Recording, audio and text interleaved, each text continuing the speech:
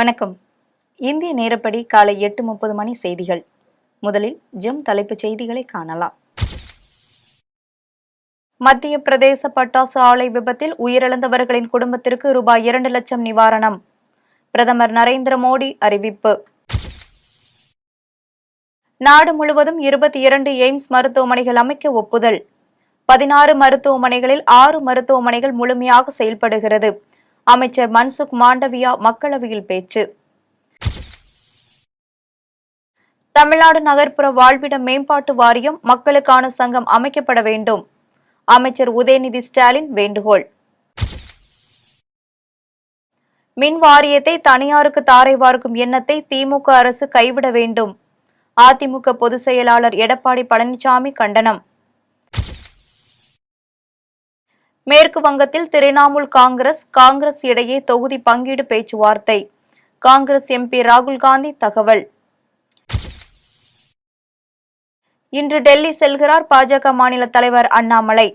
மத்திய அமைச்சர் அமித்ஷா, பாஜக தேசிய தலைவர் JP நட்டா ஆகியோருடன் சந்திப்பு. சாண்டியாகோ நகரில் சுற்றுலா தலத்திற்கு சென்ற ஹெலிகாப்டர் விபத்து. தென் அமெரிக்கா சீலி நாட்டின் முன்னாள் அதிபர் செபஸ்டியான் பெனிரா பலி. குஜராத் ஆழ்துளை கிணற்றில் 2 வயது சிறுமி தவறி விழுந்து தவிப்பு. குழந்தையை மீட்க போராடி வருகின்றனர் மாநில பேரிடர் மீட்பு படையினர்.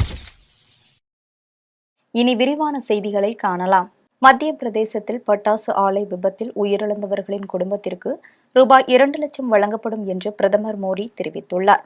இது தொடர்பாக பிரதமர் மோடி தனது எக்ஸ் தளத்தில் மத்திய பிரதேச மாநிலம் ஹர்தாவில் பட்டாசு ஆலையில் ஏற்பட்ட விபத்து காரணமாக உயிரிழப்பு ஏற்பட்டுள்ளதால் வேதனை அடைந்துள்ளனர். தங்கள் அன்புக்குரியவர்களை இழந்து வாடும் அனைவருக்கும் ஆழ்ந்த அனுதாபங்கள். காயமடைந்தவர்கள் அனைவரும் விரைவில் குணமடையட்டும்.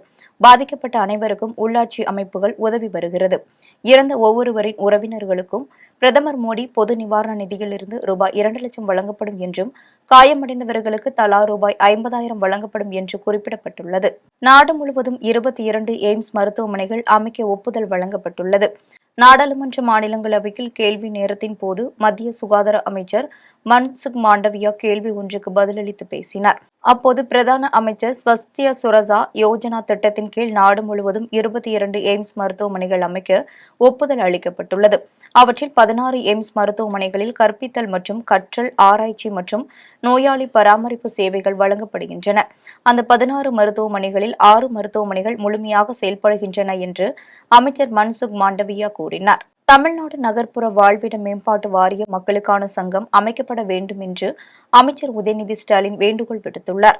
சென்னை யானை கவுனி பகுதியில் அமைந்துள்ள கல்யாணபுரத்தில் தமிழ்நாடு நகர்ப்புற வாழ்விட மேம்பாட்டு வாரியம் சார்பில் 44.91 கோடி ரூபாய் மதிப்பீட்டில் கட்டப்பட்டுள்ள 288 புதிய குடியிருப்புகளை அமைச்சர் உதயநிதி ஸ்டாலின் திறந்து வைத்தார். இந்த நிகழ்ச்சியில் பேசிய அவர், அடுக்குமாடி குடியிருப்புகளில் குடியிருப்போர் நல சங்கம் இருப்பதை போன்று பொதுமக்கள் ஒரு சங்கத்தை உருவாக்கி அதன் மூலம் தேவைகளை மாநகராட்சிக்கு தெரிவித்து நிறைவேற்றிக் கொள்ள வேண்டும் என்று கேட்டுக்கொண்டார். மின் வாரியத்தை பல கூறுகளாக துண்டாடி படிப்படியாக தனியாருக்கு தாரை வார்க்கும் எண்ணத்தை திமுக அரசு கைவிட வேண்டும் என அதிமுக பொதுச் செயலாளர் பழனிசாமி கண்டனம் தெரிவித்துள்ளார்.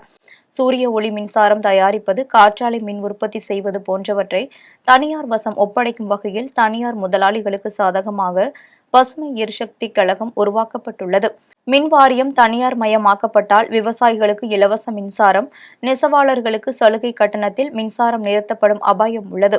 மேலும் தன்னாட்சி அதிகாரமுடைய தமிழக அரசின் பொதுத்துறை நிறுவனம் என்ற மின் வாரியத்தின் அந்தஸ்தை திமுக அரசு சிறுக சிறுக பறித்து படிப்படியாக தனியார் வசம் ஒப்படைக்க திட்டமிட்டுள்ளதாக தொழிற்சங்கத்தினர் குற்றம் சுமத்துகின்றனர்.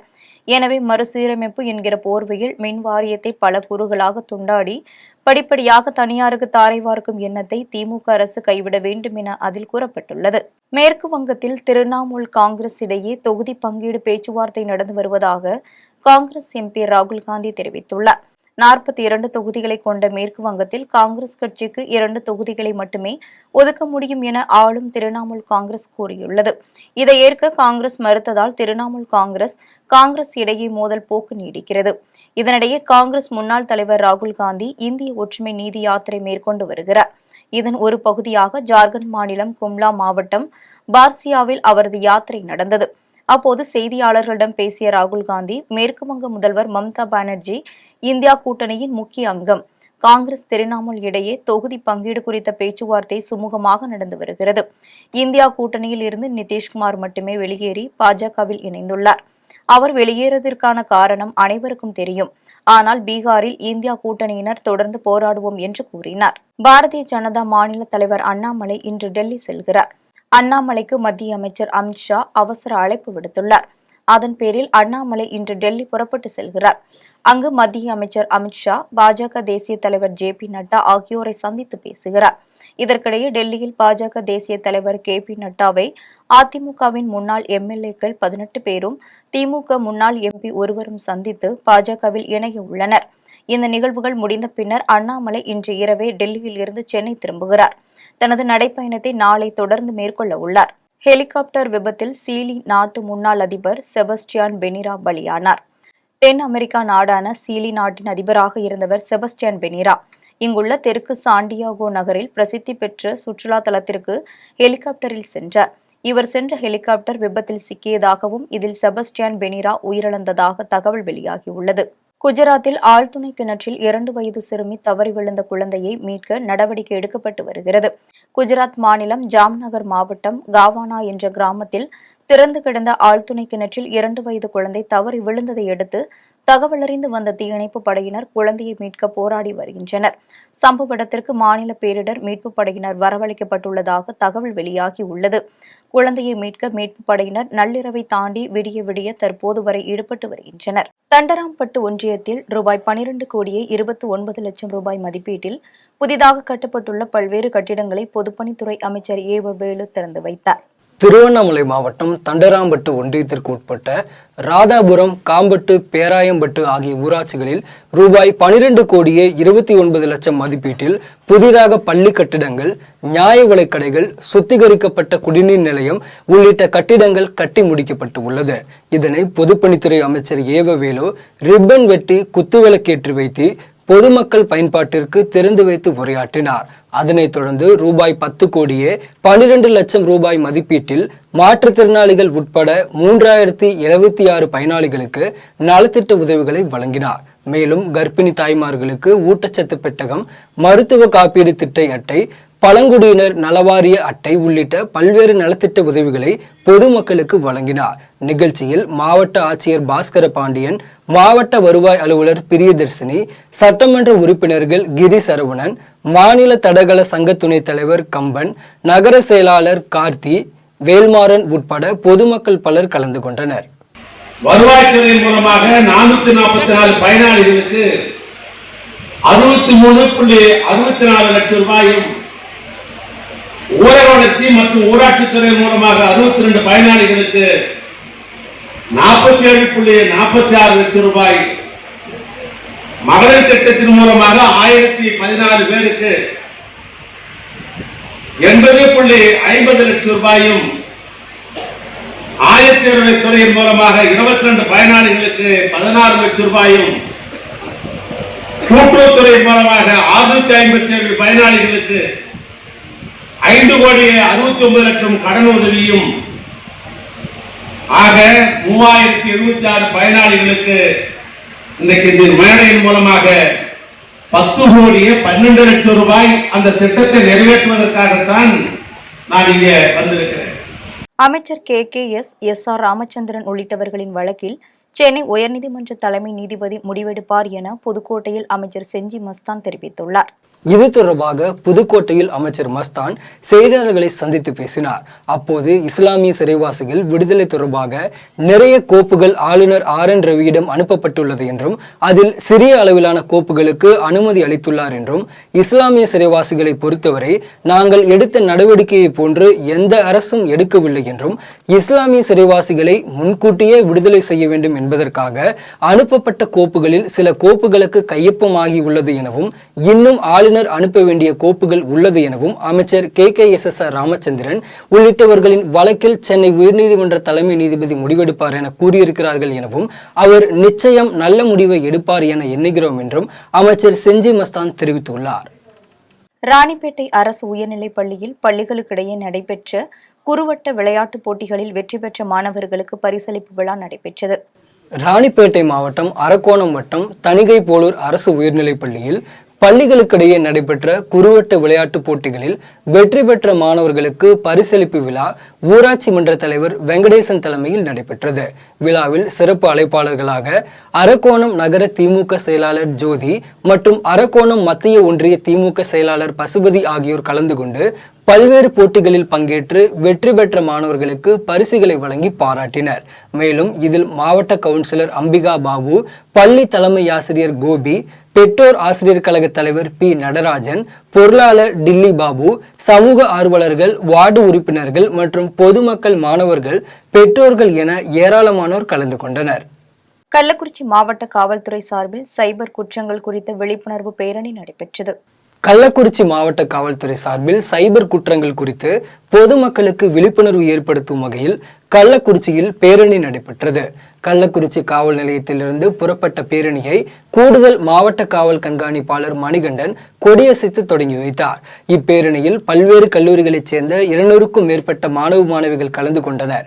முன்னதாக கூடுதல் மாவட்ட காவல் கண்காணிப்பாளர் மணிகண்டன் கல்லூரி மாணவ மாணவிகளிடம் சைபர் கிரைம் சம்பந்தமாக பெருகி வரும் இணையதள குற்றங்கள், செல்போன் பயன்பாட்டினால் ஏற்படும் பாதிப்புகள், அவற்றிலிருந்து கவனமாகவும் விழிப்புணர்வுடனும் இருக்க போதுமான வழிமுறைகள் குறித்து பேசினார்.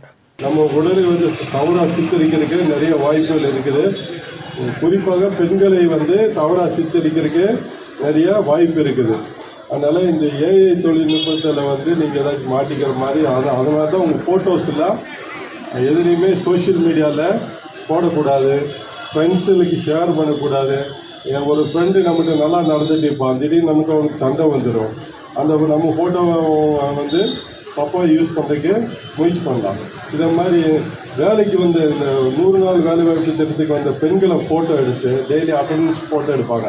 அந்த ஃபோட்டோவில் ஃபேஸை கிராப் பண்ணி நியூடு ஃபோட்டோ கூட வச்சு அப்படி ஒன்று சர்க்குலேட் பண்ணிட்டாங்க. இப்போ லேட்டஸ்ட்டாக தியாகதுரம் போலீஸ் ஸ்டேஷன் வீட்டில் நம்ம எஃப்ஐஆரை போட்டு இது பண்ணோம். அதனால் எந்த அளவு ஃபோட்டோ புகைப்படங்களில் உங்களோட சோஷியல் மீடியாவில் வராமல் பார்த்துக்கிறீங்களோ அந்த அளவு பாதுகாப்பாக இருக்கலாம். வாணியம்பாடியில் திருமணமான 6 மாதங்களிலேயே இளம்பெண் தற்கொலை செய்து கொண்ட சம்பவம் சோகத்தை ஏற்படுத்தியுள்ளது. திருப்பத்தூர் மாவட்டம் வாணியம்பாடி அடுத்த பள்ளிப்பட்டு பகுதியைச் சேர்ந்த தேன்மொழி கடந்த 6 மாதங்களுக்கு முன்பு உதயேந்திரம் பகுதியைச் சேர்ந்த அருண்குமார் என்பவருடன் திருமணம் செய்து கொண்டுள்ளார். சென்னையில் பணிபுரிந்து வந்த அருண்குமாருக்கும் தேன்மொழிக்கும் இடையே அடிக்கடி தகராறு ஏற்பட்டு உள்ளது. இதனால் அருண்குமார் தேன்மொழியை அவரது தாய் வீட்டில் விட்டுவிட்டு மீண்டும் சென்னைக்கு வந்துள்ளார். இந்நிலையில் தேன்மொழி வீட்டிலேயே தூக்கிட்டு தற்கொலை செய்துள்ளார். இதை பார்த்த அவரது உறவினர்கள் தேன்மொழியை மீட்டு மருத்துவமனைக்கு சிகிச்சைக்காக அனுமதித்தனர். அப்போது சிகிச்சை பலனின்றி தேன்மொழி பரிதாபமாக உயிரிழந்தார். இதையடுத்து பெண் வீட்டார் கிராம காவல் நிலையத்தை முற்றுகையிட்டு தேன்மொழியின் மரணத்திற்கு காரணமான அருண்குமாரை கைது செய்யுமாறு கேட்டுக்கொண்டனர். இது குறித்து காவல்துறையினர் வழக்கு பதிவு செய்து விசாரணை மேற்கொண்டு வருகின்றனர். திருவளாங்காடு ரயில் நிலையத்தில் ஓடும் ரயிலில் இளம்பெண்ணிடம் இருந்து கைப்பையை பிடுங்கி சென்ற நபரை பொதுமக்கள் பிடித்து காவல்துறையிடம் ஒப்படைத்தனர். திருவள்ளூர் மாவட்டம் திருத்தணி அடுத்த திருவாலங்காடு ரயில் நிலையத்தில் சென்னையில் இருந்து அரக்கோணம் வரை செல்லும் மின்சார ரயிலில் பயணித்த ராணிப்பேட்டை போலூர் பகுதியைச் சேர்ந்த புவனேஸ்வரி என்ற பெண்ணிடமிருந்து மர்ம நபர் ஒருவர் கையில் வைத்திருந்த கைப்பையை பிடுங்கிக் கொண்டு அங்கிருந்து தப்பி ஓடினார். அப்போது எதிர் திசையில் இருந்த பொதுமக்கள் அந்த இளைஞரை பிடித்து ரயில்வே போலீசாரிடம் ஒப்படைத்தனர். இது குறித்து விசாரணையில் வழிப்பறி சம்பவத்தில் ஈடுபட்ட நபர் திருவள்ளூர் மாவட்டம் ஏகாட்டூர் பகுதியைச் சேர்ந்த கார்த்தி என்பது தெரியவந்தது. இதனைத் தொடர்ந்து கார்த்திக்கிடம் இருந்த கைப்பையை போலீசார் புவனேஸ்வரியிடம் ஒப்படைத்தனர். பின்னர் கார்த்தி மீது வழக்கு பதிவு செய்து விசாரணை மேற்கொண்டு வருகின்றனர். தேவபாண்டலம் கிராம மக்கள் தங்களுக்கு சுடுகாடு மற்றும் இடுகாடு இடம் ஒதுக்கி தர வேண்டும் என மாவட்ட ஆட்சியரிடம் மனு அளித்தனர். கள்ளக்குறிச்சி மாவட்ட ஆட்சியர் அலுவலகத்தில் தேவபாண்டலம் கிராம மக்கள் தங்களுக்கு சுடுகாடு மற்றும் இடுகாடு இடம் ஒதுக்கி தர வேண்டும் என ஊர் பொதுமக்கள் சார்பாக ஒன்றிய கவுன்சிலர், ஊராட்சி மன்ற தலைவர், துணைத் தலைவர் மற்றும் அரிமா சங்கம் உள்ளிட்ட பல்வேறு சமூக சங்க நிர்வாகிகள், உறுப்பினர்கள் ஆகியோர் மாவட்ட ஆட்சியரிடம் மனு அளித்தனர். அந்த மனுவில் தேவபாண்டலம் ஊராட்சிக்கு உட்பட்ட 20,000க்கும் மேற்பட்ட மக்கள் தொகை கொண்ட பெரிய கிராமம் என்றும் அங்கு வசிப்போருக்கு இதுவரை சுடுகாட்டு பகுதி தனியாக இல்லை என்பதால் இறப்பவர்களின் உடல்களை மணி ஆற்றங்கரை பகுதியில் மட்டுமே அடக்கம் செய்யப்பட்டு வருவதாக அவர்கள் கூறியுள்ளனர். எனவே அப்பகுதி மக்களுக்கு சுடுகாட்டு பகுதி அவசியம் தேவைப்படுகிறது என அந்த மனுவில் குறிப்பிட்டுள்ளனர். மேலும் இது குறித்து பலமுறை மாவட்ட ஆட்சியர் மற்றும் பொதுப்பணித்துறை அமைச்சர் ஆகியோரிடம் மனு அளித்தும் நடவடிக்கை மேற்கொள்ளாத நிலையில் இந்த முறையாவது விரைந்து நடவடிக்கை எடுக்குமாறு கேட்டுக்கொண்டனர். கடலூரில் வருடாந்திர ஆயுதப்படை காவலர்கள் சார்பில் படை திரட்டு கவாத் நிறைவு விழா நடைபெற்றது. கடலூர் மாவட்ட காவல் கண்காணிப்பாளர் அலுவலகத்தில் உள்ள ஆயுதப்படை மைதானத்தில் ஆயுதப்படை காவலர்கள் சார்பில் படை திரட்டு கவாத் நிறைவு விழா மற்றும் பெரு விருந்து ஏற்பாடு நடைபெற்றது. இதில் சிறப்பு அழைப்பாளராக மாவட்ட ஆட்சித்தலைவர் அருண் தம்பராஜ், மாவட்ட காவல் கண்காணிப்பாளர் ராஜாராம் கலந்து கொண்டு விழாவை சிறப்பித்தனர். அதனைத் தொடர்ந்து ஆயுதப்படை காவலர்கள் மற்றும் அவர்கள் குடும்பத்தினர் அனைவரும் நடன நிகழ்ச்சி, இன்னிசை கச்சேரி, சிலம்பாட்டம், பெண் குழந்தைகள் பாலியல் சீண்டல் குறும்படம், ஆயுதப்படை காவலர்களின் சாகச நிகழ்ச்சிகள் என அவரவர் திறமையை வெளிப்படுத்தினர். அதனைத் தொடர்ந்து ஆயுதப்படை காவலர்கள் மற்றும் அவர்கள் குடும்பத்தினர் அனைவரும் நடன நிகழ்ச்சி, இன்னிசை கச்சேரி, சிலம்பாட்டம், பெண் குழந்தைகள் பாலியல் சீண்டல் குறும்படம், ஆயுதப்படை காவலர்கள் சாகச நிகழ்ச்சிகள் என அவரவர் திறமையை வெளிப்படுத்தினர். பின்னர் நிகழ்ச்சியில் பங்கேற்ற அனைவருக்கும் உணவுகள் மற்றும் பரிசுகள் வழங்கப்பட்டது. மேலும் இந்நிகழ்ச்சியில் ஏராளமான காவலர்கள், காவலர் குடும்பத்தினர்கள், குழந்தைகள் என அனைவரும் மகிழ்ச்சியாக கொண்டாடியதில் மைதானமே விழா கோலமாக காணப்பட்டது. திருவள்ளூரில் குடும்ப சொத்தை வாரிசு இல்லாதவர் பெயருக்கு முறைகேடாக வழங்கப்பட்ட பட்டாவை ரத்து செய்ய வலியுறுத்தி அதன் உரிமையாளர்கள் காத்திருப்பு போராட்டத்தில் ஈடுபட முயன்றனர். திருவள்ளூர் மாவட்டம் ஆர்கேபேட்டை அருகே ராஜநகரம் மேற்கு கிராமத்தைச் சேர்ந்த அன்னியம்மாள் என்ற மூதாட்டி குடும்ப சொத்தை வாரிசு சான்று முறைகேடு செய்து தனிநபருக்கு விற்பனை செய்யப்பட்டதாகவும் அந்த நிலத்திற்கு வருவாய்த்துறையினர் கடந்த சில ஆண்டுகளுக்கு முன்பு பட்டா வழங்கிவிட்டதாக கூறப்படுகிறது. இதையடுத்து பாதிக்கப்பட்ட குடும்பத்தினர் முறைகேடாக வழங்கப்பட்ட பட்டாவை ரத்து செய்ய வலியுறுத்தி போராடி வந்த நிலையில் மார்க்சிஸ்ட் கம்யூனிஸ்ட் கட்சி சார்பில் பாதிக்கப்பட்டுள்ள குடும்பத்தினர் மற்றும் அவர்களது உறவினர்கள் ஆர்கேபேட்டை வட்டாட்சியர் அலுவலகம் முன்பு காத்திருப்பு போராட்டத்தில் ஈடுபட முயன்றனர். அப்போது அவர்களுடன் வட்டாட்சியர் விஜயகுமார் பேச்சுவார்த்தை நடத்தி முறைகேடாக வழங்கப்பட்ட பட்டா ரத்து செய்யப்படும் என்று உறுதியளித்ததை அடுத்து பாதிக்கப்பட்ட குடும்பத்தினர் காத்திருப்பு போராட்டத்தில் ஈடுபடுவதை கைவிட்டு திரும்பிச் சென்றனர். செஞ்சி அருகே அரசு பள்ளியின் 60வது ஆண்டு வைர விழா கொண்டாட்டத்தில் 2000க்கும் மேற்பட்ட முன்னாள் மாணவர்கள் தங்கள் குடும்பத்துடன் கலந்து கொண்டு சிறப்பித்தனர். விழுப்புரம் மாவட்டம் செஞ்சி அடுத்த சங்கீதமங்கலம் அரசு மேல்நிலைப் பள்ளியில் 30 ஆண்டுகளுக்கு முன்னால் பயின்ற மாணவர்கள் ஒன்றிணைந்து பள்ளியின் 60வது வைர விழாவை கொண்டாடினர். அப்போது பிஜேபி தமிழ் சங்கம் சார்பில் பள்ளி வளாகத்தில் திருவள்ளுவர் சிலை மற்றும் பள்ளியின் நினைவு தூணை முன்னாள் ஆசிரியர்கள் மூலம் திறந்து வைத்தனர். இதனைத் தொடர்ந்து பள்ளி மாணவ மாணவிகளின் கலை நிகழ்ச்சி மற்றும் யோகா உள்ளிட்ட நிகழ்ச்சிகள் நடைபெற்றன. பின்னர் 2000க்கும் மேற்பட்டோருக்கு அறுசுவை உணவுகள் வழங்கப்பட்டது. முன்னதாக தாங்கள் பயின்ற பள்ளிக்கு முன்னாள் மாணவர்கள் ஒன்றிணைந்து சிசிடிவி கண்காணிப்பு கேமரா, நூலகம், சுத்திகரிக்கப்பட்ட குடிநீர் வசதி, கணினி என சுமார் 30 லட்சம் மதிப்பீட்டில் பல்வேறு நலத்திட்ட உதவிகளை பள்ளியின் முன்னாள் மாணவர்கள் செய்து கொடுத்தது குறிப்பிடத்தக்கது. வேதாரண்யத்தில் தமிழ்நாடு அங்கன்வாடி ஊழியர் மற்றும் உதவியாளர் சங்கத்தினர் பல்வேறு கோரிக்கைகளை வலியுறுத்தி ஆர்ப்பாட்டத்தில் ஈடுபட்டனர். நாகை மாவட்டம் வேதாரண்யம் கோட்டாட்சியர் அலுவலகம் முன்பு தமிழ்நாடு அங்கன்வாடி ஊழியர் மற்றும் உதவியாளர் சங்கத்தினர் பல்வேறு கோரிக்கைகளை வலியுறுத்தி ஆர்ப்பாட்டம் நடத்தினர். ஆர்ப்பாட்டத்தில் மத்திய அரசின் பட்ஜெட்டில் சங்கத்தைச் சேர்ந்தவர்களுக்கு எந்தவித சலுகையும் அளிக்காததை கண்டித்தும் கொடுக்கும் நிதியை குறைப்பதை கண்டித்தும் ஆர்ப்பாட்டத்தில் ஏராளமான உறுப்பினர் கலந்து கொண்டு கோஷங்களை எழுப்பினர். பட்டுக்கோட்டை அருகே உயிர்காக்கும் தோழர்கள் சந்திப்பு நிகழ்ச்சி நடைபெற்றது. தஞ்சாவூர் மாவட்டம் பட்டுக்கோட்டை அருகே உள்ள அதிராம்பட்டினம் தனியார் திருமண மண்டபத்தில் இரத்த கொடையாளர்கள் அமைப்பின் சார்பில் விருதுகள் வழங்கும் விழா மற்றும் உயிர்காக்கும் தோழர்கள் சந்திப்பு நிகழ்ச்சி நடைபெற்றது. இதில் தொண்டுள்ளத்துடன் சிறப்பாக செயல்பட்ட மருத்துவர்கள், இரத்த கொடையாளர்கள் மற்றும் ஆம்புலன்ஸ் டிரைவர்கள் ஆகியோருக்கு விருதுகள் வழங்கி கௌரவிக்கப்பட்டது. முன்னதாக 10 ரூபாய்க்கு வைத்தியம் பார்த்து வரும் 88 வயது டாக்டர் ரத்தினம் பிள்ளைக்கு விருது வழங்கி கௌரவிக்கப்பட்டது. இதில் தமிழ்நாடு, பாண்டிச்சேரி மற்றும் கேரளா உள்ளிட்ட மாநிலங்களைச் சேர்ந்த 500க்கும் மேற்பட்ட தன்னார்வலர்கள் கலந்து கொண்டனர். அனைவருக்கும் நல்வாழ்த்துக்கள். தமிழகம், பாண்டிச்சேரி, கேரளா இந்த 3 பகுதிகளிலிருந்தும் இரத்த கொடையாளர்கள், மனிதநேய மருத்துவர்கள், சமூகத்திற்காக தன்னை மறந்து களப்பணியாற்றக்கூடிய சமூக சேவகர்கள், ஆதரவற்ற உடல்களை எடுத்து மனிதநேயத்தோடு அடக்கம் செய்யக்கூடியவர்கள், பசுமை காவலர்கள், நீர்நிலையை பாதுகாப்பவர்கள், இதுபோன்று இருக்கக்கூடிய சமூக ஆர்வலர்களுடைய சங்கமம் இனிதே இன்று அதிராம்பட்டினத்தில் உயிர்காக்கும் தோழர்கள் சந்திப்பு 2024 விருதுகள் வழங்கும் விழா என்கின்ற பெயரில் சிறப்பாக நடந்து முடிந்திருக்கிறது. உண்மையில் நிகழ்ச்சியாக இருக்க இந்த நிகழ்வை பார்க்குறப்ப செங்குருதிக்காக உயிர்காக்கும் உயர் சிகிச்சைகளுக்கு தங்களுடைய இரத்தங்களை தந்து சிறப்பித்திருக்கக்கூடிய எல்லா சமூக ஆர்வலர்களையும் ஒரே இடத்தில் சங்கமித்து நாம் பார்ப்பது மனமகிழ்வை தருகிறது. இந்த நிகழ்விற்காக உதவிய அனைவருக்கும் மனமார்ந்த அன்பும் நன்றியையும் நாங்கள் தெரிவித்துக் கொள்கிறோம். வேலூரில் அறிவியல் கண்காட்சி நடத்தப்படும் என திருவள்ளுவர் பல்கலைக்கழக துணைவேந்தர் ஆறுமுகம் கூறியுள்ளார். வேலூர் மாவட்டத்தில் உள்ள திருவள்ளுவர் பல்கலைக்கழகத்தின் துணைவேந்தர் ஆறுமுகம் செய்தியாளர்களை சந்தித்தார். அப்போது மாணவர்களின் அறிவியல் ஆர்வத்தை வெளிக்கொண்டு வரும் நிலையில் இன்று முதல் 10ஆம் தேதி வரை அறிவியல் கண்காட்சி நடத்தப்பட உள்ளது எனவும் கண்காட்சியில் 15,000க்கும் மேற்பட்டோர் கலந்து கொள்வதற்கான ஏற்பாடுகள் செய்யப்பட்டுள்ளது எனவும் கூறினார். மேலும் 100 அரங்குகளுடன் அமைக்கப்பட்ட இக்கண்காட்சியை திருவாரூர் மத்திய பல்கலைக்கழக துணைவேந்தர் கிருஷ்ணன் துவக்கி வைக்கிறார் எனவும் தெரிவித்தார். பேட்டியின் போது பதிவாளர் செந்தில், வேல்முருகன் உட்பட பலர் உடனிருந்தனர். கல்லூரிகளிலே அறிவியல் சார்ந்த ஆராய்ச்சிகளை ஊக்குவிப்பதற்காகவும் மாணவர்களிடையே அறிவியல் ஆராய்ச்சி மேற்படிப்புக்கு செல்வதற்காகவும் பல்வேறு ஊக்கங்களை கொடுப்பதற்காகவும் பல்கலைக்கழகத்திலே வருகின்ற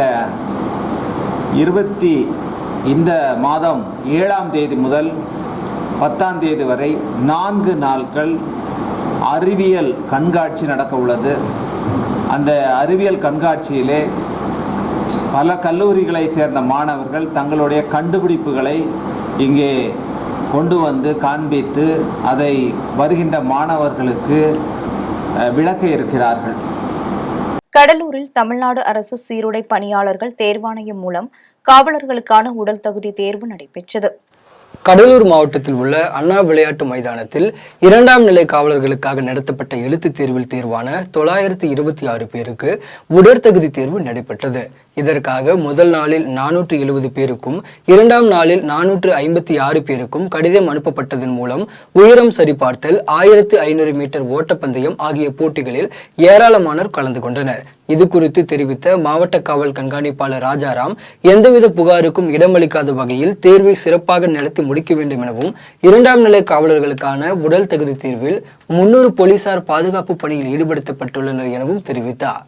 திருப்பூரில் சாலையை கடக்க முயன்ற இருசக்கர வாகனத்தின் மீது லாரி மோதி விபத்துக்குள்ளானது. திருப்பூர் மாவட்டம் பல்லடம் அருகே உள்ள மாணிக்காபுரம் பகுதியைச் சேர்ந்தவர் முருகானந்தம். இவர் கோவை திருச்சி தேசிய நெடுஞ்சாலையிலிருந்து இருசக்கர வாகனத்தில் வலதுபுறம் திரும்பி மாணிக்கபுரம் சாலையில் செல்ல முயன்றுள்ளார். அப்போது இரும்புலோடு ஏற்றி வந்த லாரி ஒன்று எதிர்பாராத விதமாக இருசக்கர வாகனத்தின் மீது மோதி விபத்துக்குள்ளானது. இந்த விபத்தில் சிக்கிய முருகானந்தம் அக்கம் பக்கத்தினரால் மீட்கப்பட்டு சிகிச்சைக்காக திருப்பூர் அரசு மருத்துவமனையில் அனுமதிக்கப்பட்டார். இந்த விபத்து தொடர்பாக பல்லடம் போலீசார் தீவிர விசாரணையில் ஈடுபட்டு வருகின்றனர். திருவள்ளூரில் உள்ள வைத்திய வீர ராகவ பெருமாள் திருக்கோவிலில் கருட சேவை கோபுர தரிசனம் நடைபெற்றது. திருவள்ளூர் மாவட்டத்தில் உள்ள பிரசித்தி பெற்ற வைத்திய வீரராகவ பெருமாள் திருக்கோயிலில் தை மாத பிரம்மோற்சவ விழாவானது கொடியேற்றத்துடன் துவங்கியது. இதில் முதல் நாள் விடியற் காலையில் கொடியேற்றமும் அதைத் தொடர்ந்து தங்க சப்பர புறப்பாடும் சிம்ம வாகன புறப்பாடும் நடைபெற்றது. 2ஆம் நாளில் உற்சவர் ஹாம்ச வாகன அலங்காரத்திலும் இரவு சூரிய பிறையை அலங்காரத்திலும் பக்தர்களுக்கு அருள் பாலித்தார். தொடர்ந்து 3ஆம் நாளில் அதிகாலையில் கருட சேவை மற்றும் கோபுர தரிசனம் நிகழ்ச்சி நடைபெற்றது. இதில் உற்சவர் வீரராகவ பெருமாள் கருட வாகனத்தில் பக்தர்களுக்கு காட்சியளித்தார். காஞ்சிபுரத்தில் தனியார் தொழிற்சாலை பேருந்து ஓட்டுநருக்கு திடீர் உடல்நலக் குறைவு ஏற்பட்டதன் காரணமாக பேருந்து டிரான்ஸ்பார்மர் மீது மோதி விபத்து ஏற்பட்டது. திருவண்ணாமலை மாவட்டம் செம்பாக்கம் பகுதியைச் சேர்ந்த வேதாச்சலம் என்பவர் தனியார் தொழிற்சாலையில் பேருந்து ஓட்டுநராக பணிபுரிந்து வருகிறார். இவர் வழக்கம் போல் காலையில் தொழிற்சாலைக்கு 20க்கும் மேற்பட்ட பெண் ஊழியர்களை பணிக்கு அழைத்து சென்று கொண்டிருந்தார். அப்போது அவருக்கு திடீர் உடல்நலக்குறைவு ஏற்பட்டதன் காரணத்தினால் பேருந்து சாலை ஓர டிரான்ஸ்பர் மீது மோதி விபத்துக்கு உள்ளானது. இந்த விபத்தில் டிரான்ஸ்பர் முழுவதும் சேதமடைந்து மின்தடை ஏற்பட்டதால் அசம்பாவிதம் தவிர்க்கப்பட்டது. இதையடுத்து ஓட்டுநரின் உடல்நலக்குறைவுக்கு தொடர்பணி காரணமா அல்லது அவரது உடல்நல காரணமா என்பதை தனியார் தொழிற்சாலை கண்டறிந்து உடனடியாக நடவடிக்கை எடுக்க வேண்டும் என பொதுமக்கள் கோரிக்கை விடுத்துள்ளனர். மும்பையில் நடந்த ஓபன் மகளிர் டென்னிஸ் போட்டியில் இந்திய வீராங்கனை சகாஜா அபார வெற்றி பெற்றார். மும்பையில் நடைபெற்ற மகளிர் டென்னிஸ் போட்டியில் இந்திய வீராங்கனை சகாஜா யமலாபள்ளி அமெரிக்காவைச் சேர்ந்த முதல்நிலை வீராங்கனை கியாலா டேயை 6-4, 1-6, 6-4 என்ற செட் கணக்கில் தோற்கடித்தார். இந்த வெற்றியை கொண்டாடிய சகாஜா, இது எனது வாழ்க்கையின் மிகப்பெரிய போட்டி என்றும் போட்டியில் உற்சாகப்படுத்திய அனைவருக்கும் நன்றி என்றும் கூறினார்.